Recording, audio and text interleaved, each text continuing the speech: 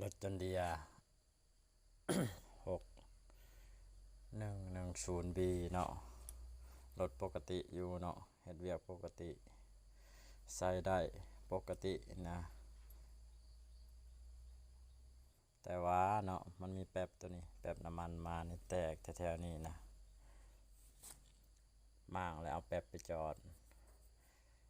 กลับมาเลยใส่แล้วสตาร์ทบึมบาทหนึ่งแล้วมันมอดเองแล้วน้ำมันบ่เข้าเลยในปั๊มเนาะน้ำมันแบบบ่ออกเลยนะก็ตัวปั๊มขอความรู้จะมีประสบการณ์แน่เนาะเป็นจังใดเนาะติดกับบ่ติดเลยบัดนี้น้ำมันกับบ่ฉีดออกเลยทางนี้เนาะ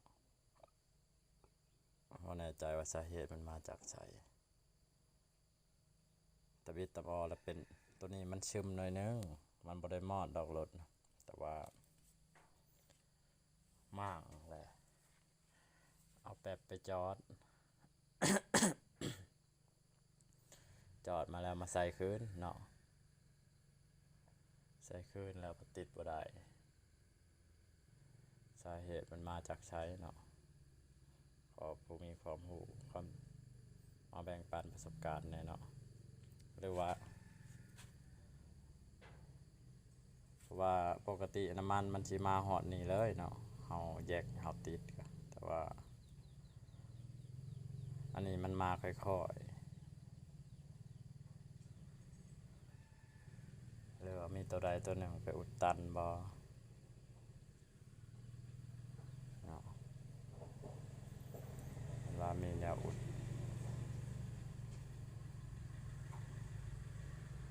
แนวตันปั๊มมันจะเป็นอันนี้เนาะแนะนำแน่เนาะไปมีความรู้ก็ได้เพราะว่ารถใช้งานดีๆอยู่นี่ไปมากแป๊บออกไปจอดซื่อๆนะมันซึม